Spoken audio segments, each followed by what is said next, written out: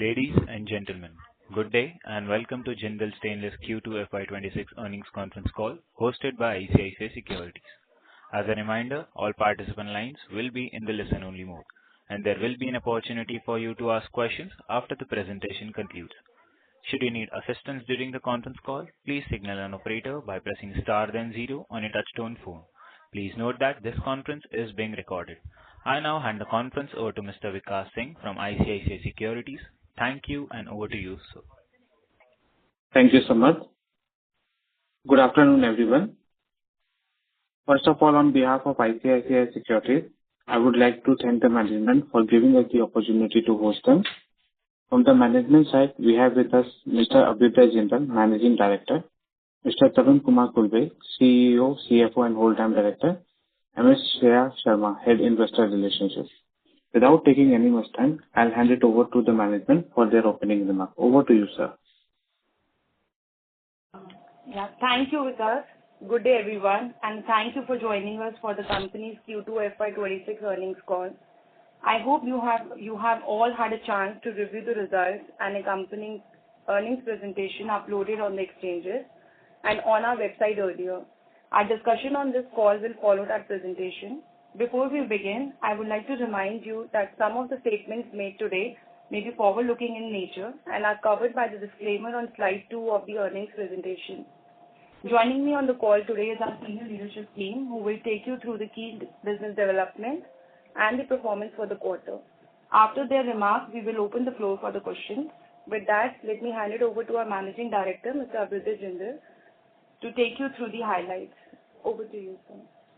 Thank you, Shreya, and good evening to everyone. And I would like to welcome you all to the Q2 FY26 earnings call. I will begin by outlining the key business highlights for the quarter ended September 2025 and the progress we continue to make across our priority sectors. Following that, Mr. Kulbe will take you through our operational and financial performance. Backed by the continued improvement in domestic demand across sectors, we sustained strong growth in our deliveries, increasing by around 15% year-on-year and 3% sequentially. Our strategic focus on expanding our presence across diverse sectors, along with healthy growth opportunities in the market, supported this momentum. As we continue to focus on increasing the share of our value-added products, the special product division delivered further growth during the quarter. Strong demand from sectors such as pipe and tubes, lift and elevator, along with improved traction in passenger coach, driven by rollout of Vande Bharat sleeper class orders, contributed meaningfully to this performance. Higher activity in metro projects across the country also supported the strong delivery momentum. This segment is expected to remain a significant contributor, with the national metro network targeting an expansion of nearly 1,000 kilometers, positioning India to become the second largest metro network globally. Driven by festive demand and our continued efforts to onboard new customers, the white goods segment delivered strong growth during the quarter. Sequentially, the auto segment also maintained its volume growth, supported by an increase in demand for special products. With the recent GST cuts, this segment is expected to remain strong in Q3 as well. Additionally, stainless steel adoption in the infra segment continues to rise, supported by the shift towards longer-lasting and corrosion-resistant materials in public projects. This trend is widening the demand base and creating meaningful opportunities for our growth. We are well positioned to benefit from this trend. I'm pleased to share that we have opened our first stainless steel fabrication unit under our subsidiary Jindal Stainless Steelway Limited in Patalganga in Mumbai, in Maharashtra. The facility sets a new benchmark in integrated infrastructure excellence and is designed to meet the growing demand for sustainable, high-quality bridge infrastructure, offering end-to-end fabrication solutions for India's expanding infra sector. On the exports front, the global environment continued to remain dynamic, with ongoing trade disruptions continuing to impact overall trade flows. Coupled with soft demand in the US and EU, the transition phase of CBAM implementation buying activity has slowed for both domestic and imported materials as buyers keep inventory lean. Despite these challenges, we were able to maintain our volume base through a sustained focus on expanding our customer portfolio and entering new geographies. On the import front, subsidized and substandard material continue to flow into India. The temporary suspension of QCO is both concerning and discouraging for the entire domestic industry. Given the prevailing geopolitical complexities, we anticipate a further rise in low-quality, cheap imports entering the country. We remain hopeful that the government will strengthen and enforce frameworks that uphold quality standards and ensure a level playing field for the industry. In this environment, our commitment to delivering high-quality products without any compromise on standards remains unwavering and continues to be a key differentiator for us. We are also actively promoting our co-branding scheme, which is gaining a positive response in the utensils and kitchen segments alongside the P&T sector. On sustainability front, we continue to make strong progress towards decarbonization. We have partnered with Greenzo Energy India Limited to commission a green hydrogen plant at our Jajpur facility with a planned capacity of 600 Nm³ per hour, targeted for completion by middle of next year. In parallel, our renewable power utilization at Jajpur and SAR facilities has increased to 42% till Q2 FY26, up from 26% in FY25, marking a significant step towards cleaner and more sustainable operations. With this, I would like to hand over to Mr. Kulbe to discuss our operational and financial performance. Thank you. Thank you, Abhyuday. Good evening, everyone. Welcome to the call. I would like to begin by providing a detailed overview of our operational and financial performance. Our Q2 deliveries are at 648,050 metric ton, with an increase of around 15% on year-on-year and around 3% on quarter-on-quarter basis. Our Q2 consolidated EBITDA increased by around 17% year-on-year and around 6% on quarter-on-quarter to rupees 1,388 crores, while our consolidated PAT stood at rupees 808 crores, an increase of around 33% on year-on-year and around 13% on quarter-on-quarter basis. For H1 FY26, our deliveries stood at 12,74,302 metric ton, with an increase of around 12% year-on-year. Consolidated EBITDA increased by around 12% year-on-year to rupees 2,698 crores, and consolidated PAT stood at rupees 1,523 crores, with an increase of around 21% year-on-year basis. We are pleased to report continued improvement in our balance sheet. As of November 30th, 2025, our consolidated net debt has further reduced to 3,646 crores, with a net-to-debt EBITDA ratio at 0.73, comfortably below 1, and net debt-to-equity ratio of 0.2x, reflecting our disciplined approach to financial management. This robust financial management continues to place us in the better position to navigate ongoing macroeconomic challenges.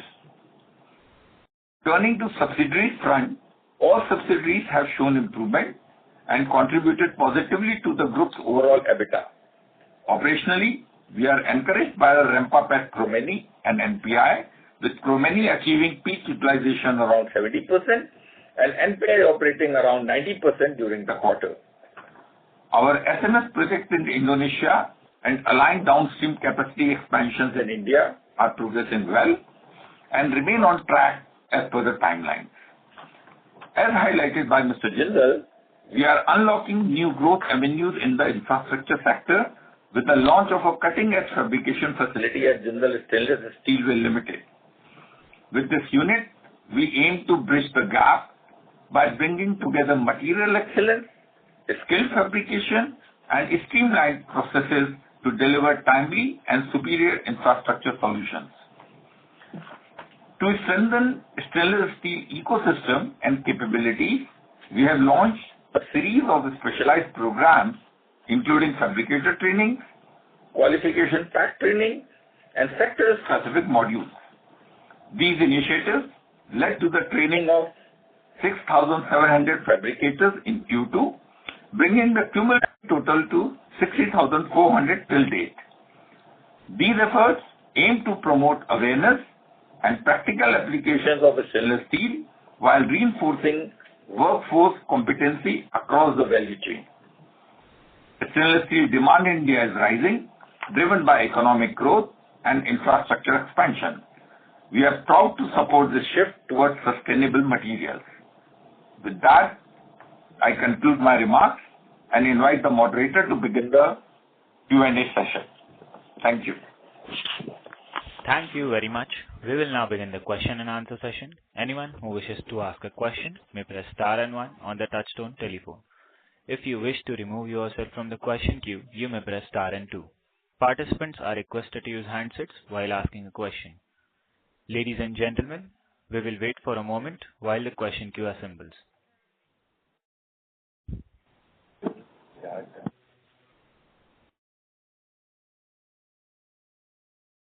The first question is from the line of Amit Dixit from Goldman Sachs. Please go ahead.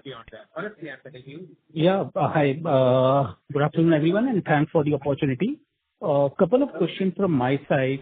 The first one is essentially on a recently announced PLI scheme by the government, and in which the stainless steel, both flats and longs, have been brought in the ambit. So just wanted to understand, what kind of benefit it will have for us, and whether we have done some kind of, analysis on this, that on what products it would be applicable, and how much we can quantify. Yeah, so this PLI scheme which has come out, and we are also studying it.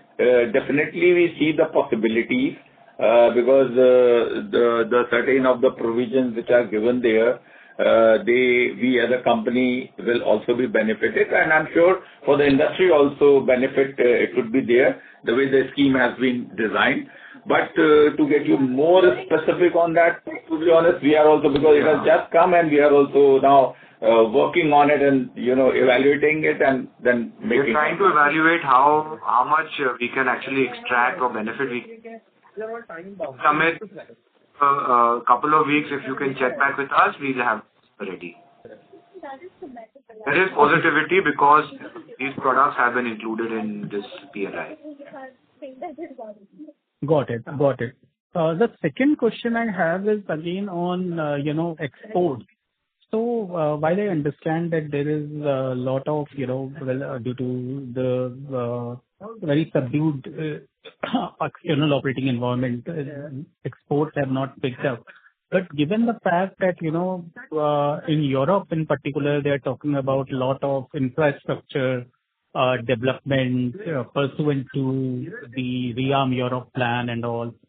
So do you see some feelers from there that, the exports can pick up to Europe, our quality of product can be absorbed over there? Is there something that you are seeing happening which will push exports, or you expect that export would remain in the same trajectory?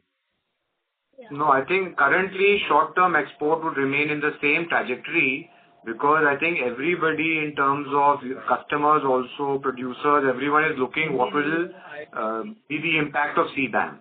And every time EU, as we are all tracking, they're always delaying it and not coming up with some clarity. So I believe now in December, sometime some further clarification should come. So we still feel some pressure in the short term, but as per our quality and as per our approvals, we are able to supply and sell to any industry globally. So we are ready with that. It's just that CBAM clarity is required. And as we have announced, every time we're increasing our renewable exposure in terms of renewable energy exposure, we're increasing. Green hydrogen we're picking up. We're anyway a scrap-based player. So we're keeping ourselves ready with any kind of CBAM duty that comes. But from really to see that push in exports again, some CBAM clarity first would be required before anyone can claim. Even European players themselves are having a tough time within Europe at the moment. Okay. Got it. Got it. Thanks. That's it from my side. Thank you and all the best. Thank you. Thank you. The next question is from the line of Satyadeep Jain from Ambit Capital. Please go ahead. Hi, thank you. Just wanted to check on the QCO order first, and then on the capacity expansions. On the QCO order, that would be a near-term headwind.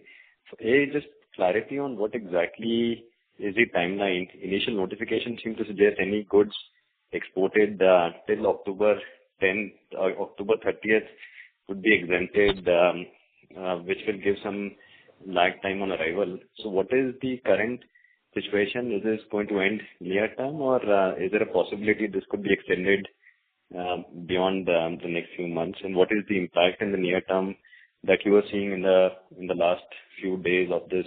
So we've already had 3-4 weeks of this quarter. What kind of impact on volumes and imports you've seen so far this quarter? So, if I can answer, this has been suspended till December. The QCO order has been suspended till December, and we are working with the government to ensure that the suspension removes and QCO comes back. QCO as a concept is very important for the country. It is not only for the steel industry or stainless steel, but it covers a wide range of industries and is protecting our citizens from substandard products. So, as a concept, we are totally pro QCO. It is, as of now, suspended till December. And, whenever there is certain uncertainty whether it will stay or not stay, there are certain downward pressures. But as a company, in terms of our volumes, we have met our targets in October, and we will meet our targets in Q3 and H2. There could be a little downward pressure on prices, but we are still sticking to our guidance that we have given at the beginning of the year. Okay. And next, on the capacities that you have lined up in FY27 and also the promoter BS, maybe could you provide some update where things stand as it pertains to the SMS, NPI, the HRAP, and that promoter blast furnace? So all our expansion projects are on track. Our NPI operations have been started at the beginning of the year already, and our melt shop in Indonesia should start early next year. And apart from that, like we announced earlier, we're increasing our cold rolling capacities. So that is also on track to be starting end of FY27. So the HRAP would also be later half of FY27? Yes, absolutely. Okay. Thank you so much. Thank you. Thank you. A reminder to all participants, if you wish to ask a question, you may press star and 1 on your touchtone telephone. The next question is from the line of Tushar Chaudhary from Prabhudas Lilladher Capital. Please go ahead. Yeah, thanks a lot. Congratulations on the good set of numbers, at least on volume front. Sir, any issues at Chromeni are we facing? Our Q1 utilization was 65, but we were targeting around 80-85 by first half, and now you are saying it is at around 70-odd%. And would like to know approximate EBITDA contribution from Chromeni if it is possible. Yeah, so what we have stated, this is true, that we have hit the numbers of 70% capacity utilization, and in the second half, we believe that we'll be hitting that 80% what we have told you before of capacity utilization. So it is on track. And EBITDA?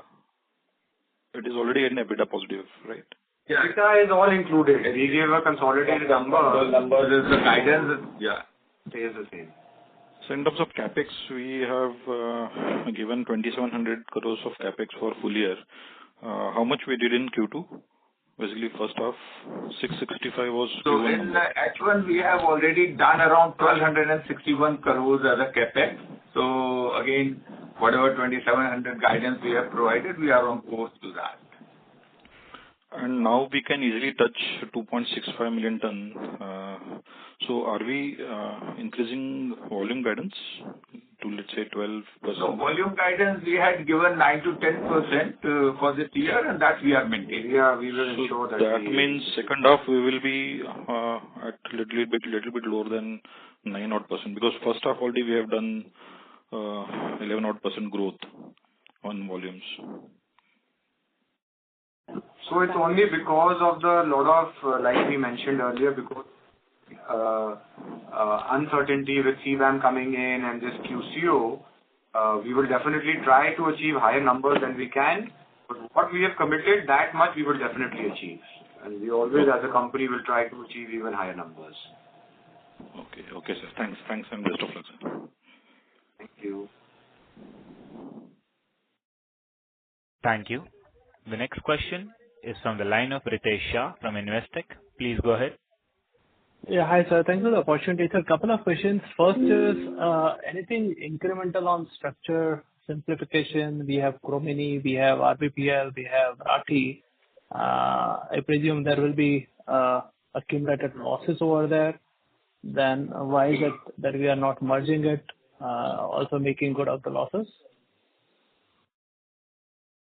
So, Ritesh, all the, in terms of consolidation is in the pipeline and it is in our plans.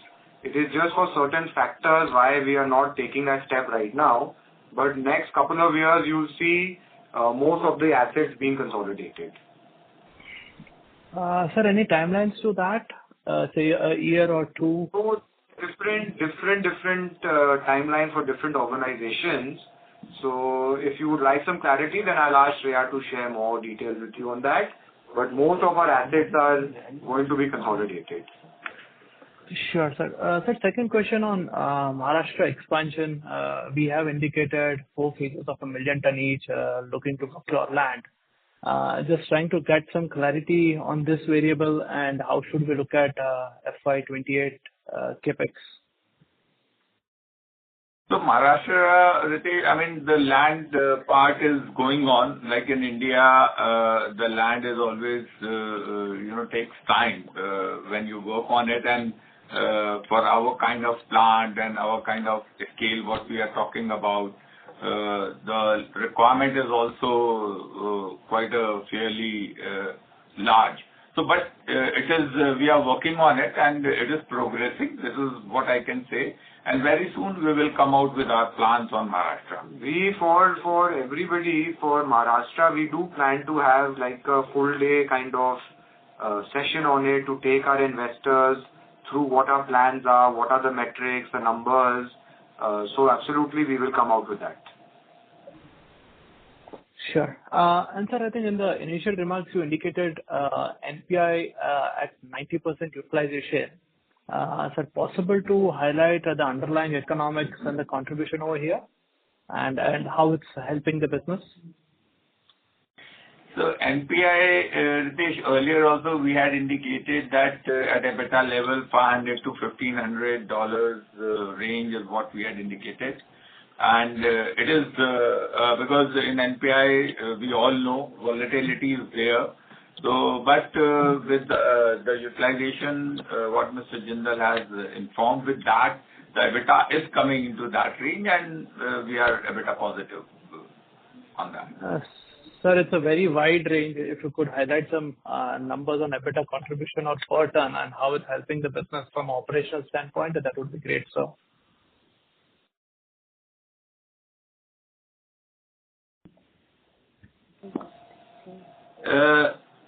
So it is in between only, Ritesh. I mean, like this number, then we will ask Shreya to then share with you. Discuss with you separately. Sure. And sir, lastly, how should we look at ramp up of Rathi and RBPL, both from product mix as well as from a utilization level standpoint? So RBPL, we are almost running at 70. Rathi, yeah. Rathi, I'm saying. Yeah, Rathi. So almost 70-75%. But again, and in that, the good thing is that this stainless rebar is gradually picking up. So on an averagely now I can say in the range of 2,000, 2,500, those kind of numbers started even from the private sector, we're getting stainless steel rebar orders. Yeah. So like Mr. Kulbe is saying, now every month we see rebar sales picking up and wire rod sales moderating, which is a good sign, and that is the main reason why we entered Rathi Steel. Sure. And RVPL so far, whatever we had indicated before, that the polishing lines and all that business is going on, and we are working on a plan now, seriously, which we will come back very quickly on the RVPL, the other cold rolling facilities and all that. We are working on it. So is it contributing positively to EBITDA, or is it a negative contribution right now? No, it is contributing positive. Sure. Thank you so much for the answer. I'll join back with you. Thank you. Thank you. Thank you. A reminder to all participants, to ask a question, you may press star and one on a touchtone telephone. The next question is from the line of Parthiv Jonsa from Anand Rathi. Please go ahead. Hi, thank you for the opportunity. I have a couple of questions. Just to start off with, can you just give me the breakup of 200, 300 and 400 series for the quarter? Yeah, sure, Parthiv.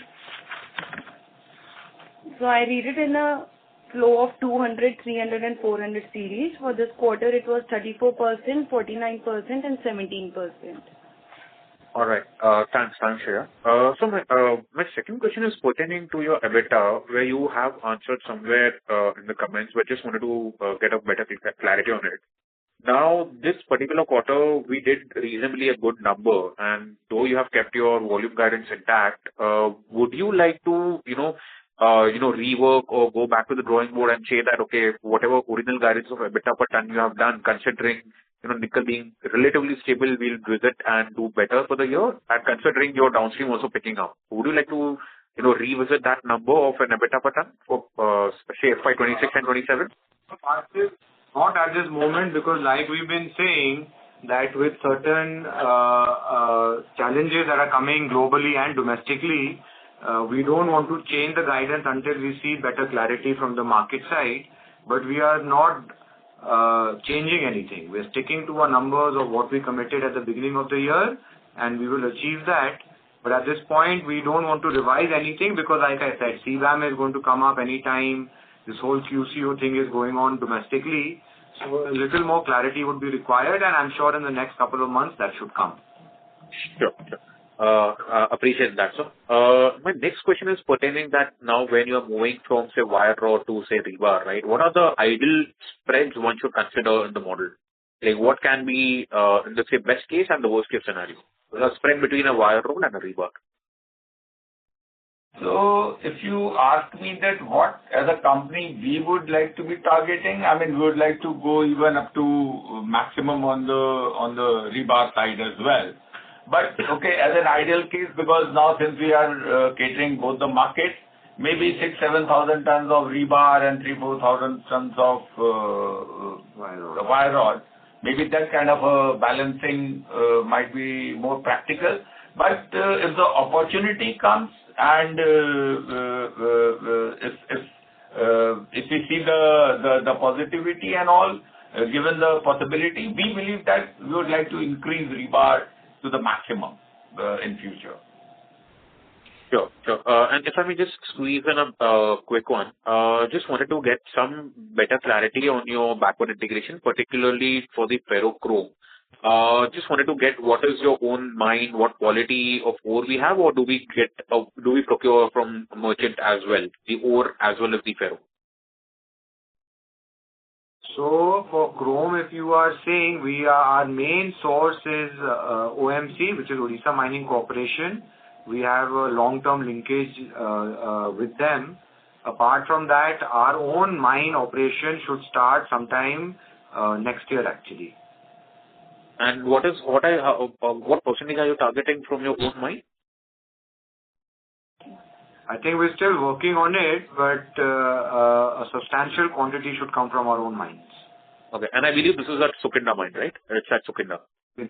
Absolutely. Sukinda, just 20-30 kilometers from our plant. Perfect. Sounds great, sir. Thank you so much. Thank you. Thank you. Next question is from the line of Mehul Panjwani from 40 Cents. Please go ahead. Hello, sir. Thank you so much for the opportunity.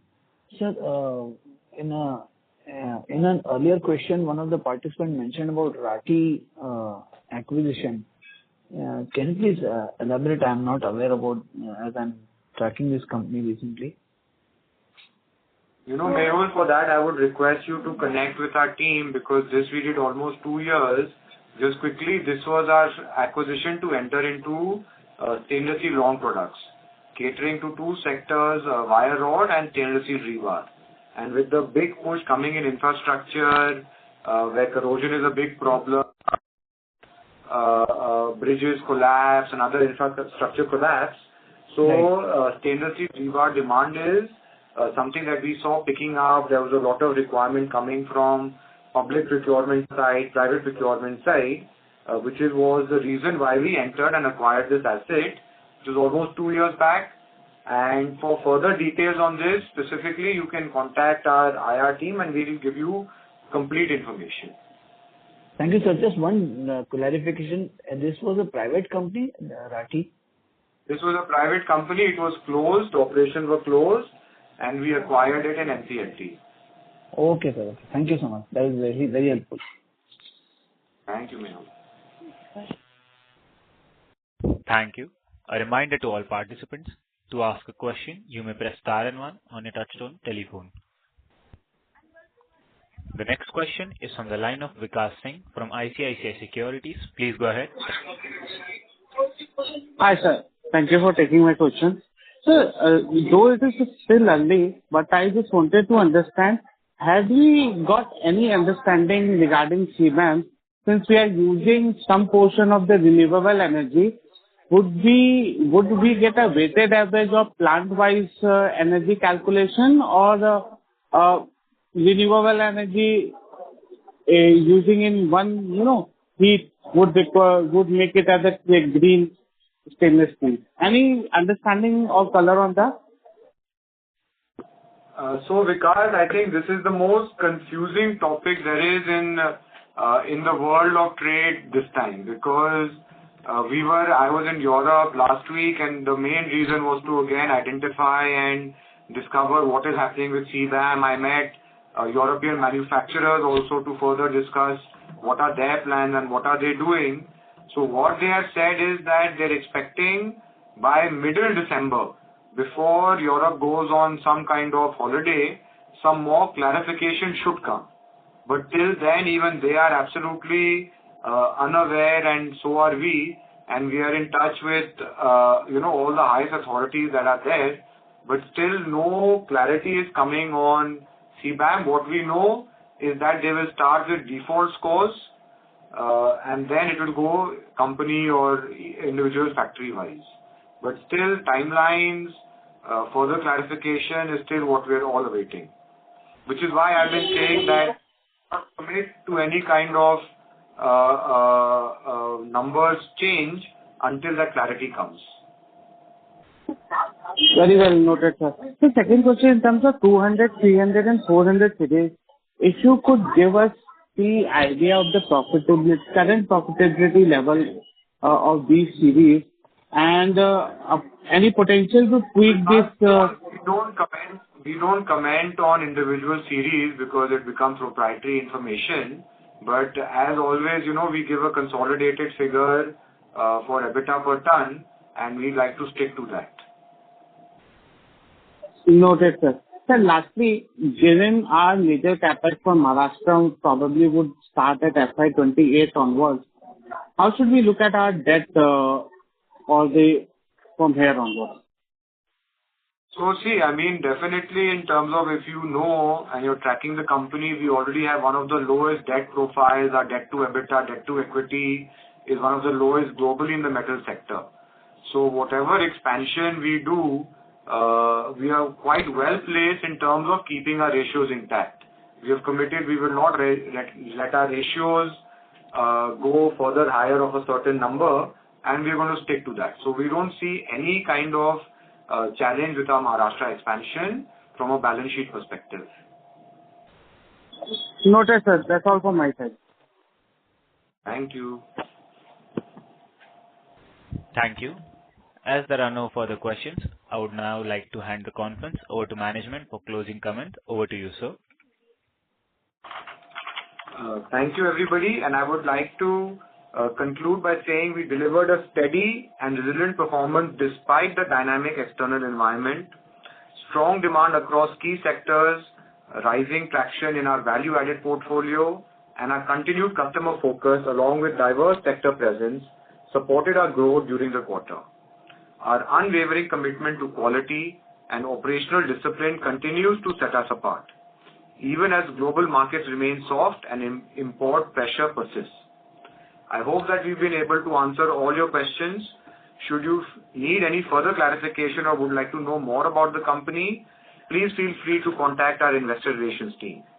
Thank you once again, and hope to see you all soon next time. On behalf of ICICI Securities, that concludes this conference. Thank you for joining us, and you may now disconnect your lines.